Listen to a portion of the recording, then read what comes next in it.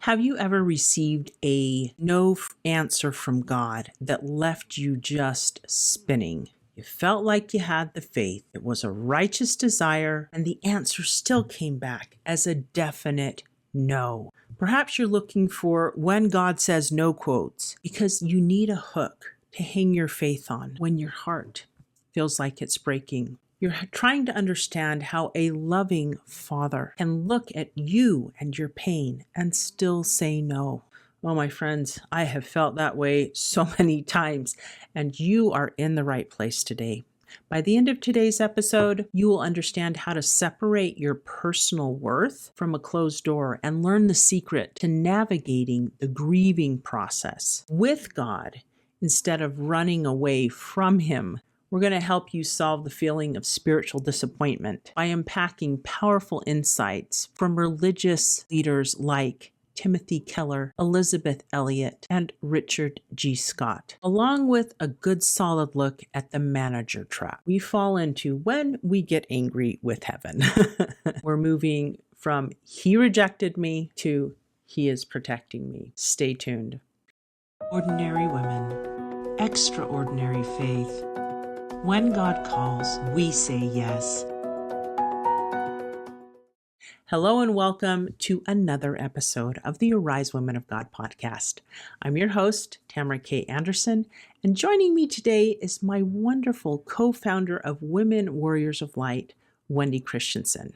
Now, the perk to having Wendi with us today is that she has also been a licensed clinical social worker for the last 30 plus years, and she has lots of experience of helping people navigate the no's that they get from God in their life. So when we face the brick wall of a no answer, we need to anchor ourselves in the character of God. As Elisabeth Elliot wrote in her classic book, Keep a Quiet Heart, quote, God's refusals are always merciful, severe mercies at times, but mercies all the same. It takes immense spiritual maturity to see a refusal as a mercy. I like how she described it as a severe mercy because it doesn't feel like a mercy from God when we get a no and it's something we desperately want, right? Especially when we are in the thick of it. It becomes easier to swallow when we understand why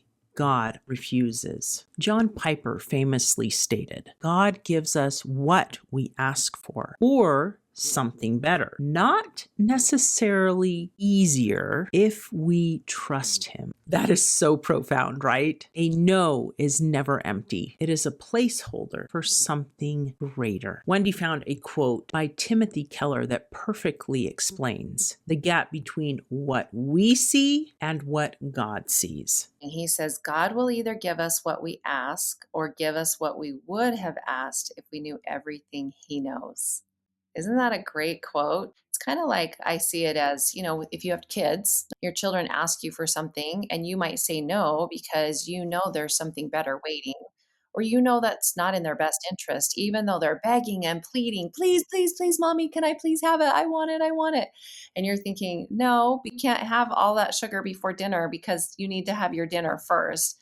And then you can have it, right? Sometimes it's a wait as well. I often look back on inspirations that I've received in my life, doors that have been shut, no's that I've been given. And 10 years later, I'm like, oh, I can see it now. And so it's a matter of trusting that God can indeed see where this new path is taking us. The challenge is we can't see down the path as clearly as God can. And sometimes when we get told no, we get angry. Let's just call it what it is, people. And this is what Wendi calls the manager trap. You're going to go through some grief. You're going to be sad or maybe angry. Maybe you're going to resent God for a while and blame Him. Like, why?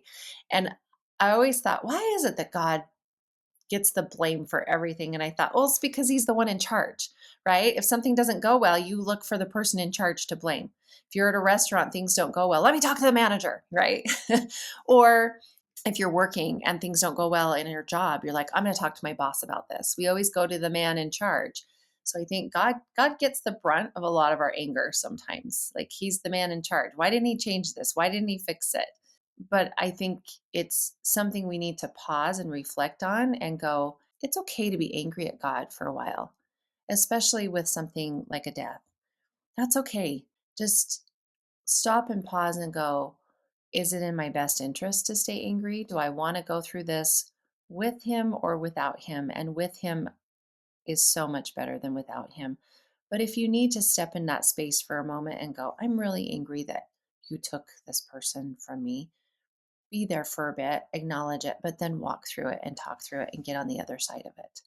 So, my friends, sometimes we have to walk through life and the challenges of it to see the purpose on the other end. Elisabeth Lang Thompson wrote, quote, "He says no to a few things, so he might say yes to many more," end quote. Isn't that powerful thought that he sometimes says no to give us more options or more opportunities farther down the line? Just that idea gives me hope in my mind. The challenge is the adversary likes to use a no answer to create doubt in our mind. He whispers, and tell me if you're familiar with any of this. Things like, God, if God loved you, he would have said yes. This no means you aren't worthy. And then we spiral because we believe it.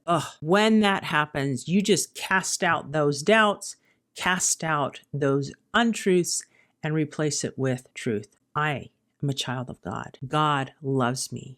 He forgives me when I make mistakes, and I can come to him in prayer, and he will lead me and guide me down the best path for me. I love what religious leader Richard G. Scott masterfully taught. Quote, when he answers yes, it is to give us confidence. When he answers no, it is to prevent error. End quote. Isn't that a great way of also looking at a no answer? That a no can be like a protective guardrail on the highway of life, preventing you from tumbling down a steep incline. A no is not a divine rejection. Wendi has seen so many women get caught up in this trap of tying their personal value to the outcome of a prayer. And she has some great advice on that.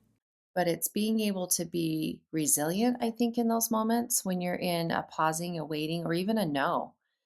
And to realize that your worth doesn't come from that specific outcome.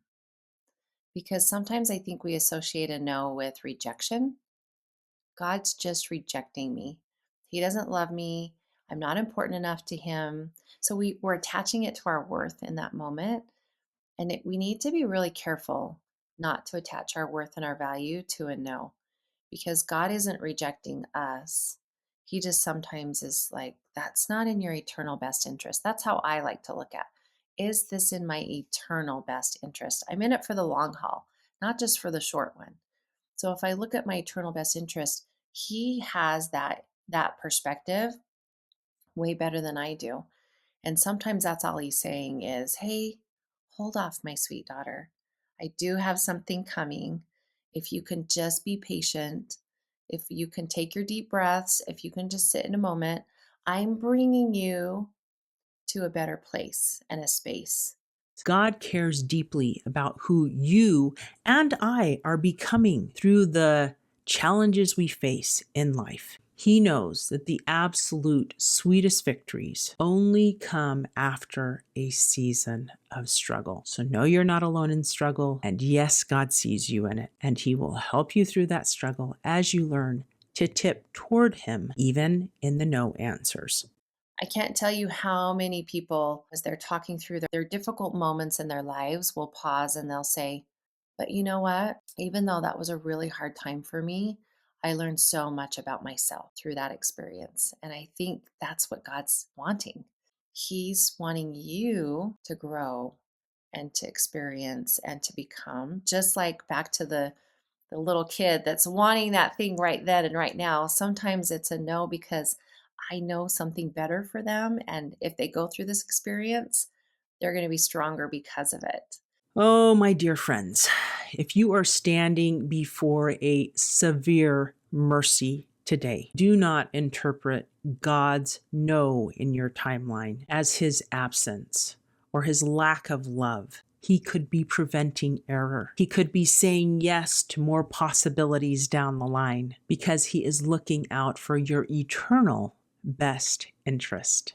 To help you build the resilience Wendi talked about and find your footing when a door closes, we want to give you our Roadmap to Revelation downloadable PDF. In it, you will find 6 steps to hearing God better in your daily life. You can also listen to the Receiving Light and Revelation audio meditation done by Wendi to help you clear your mind and begin to receive that light and power of God in your mind and in your heart so you can more clearly hear him and feel his love, even if it is a no answer. When the no feels overwhelming, I invite you to open this guide to step number 5, safety checks for the soul. Use the fruit check to quiet the voice of the adversary that often shames us, that tells you that a no means you are not loved. Then turn to step 6, the evening review, and log the tiny ways God is comforting you in the dark while you wait for the sunrise. You can download these 2 free resources free by clicking the link below. So my friends, when God says no, remember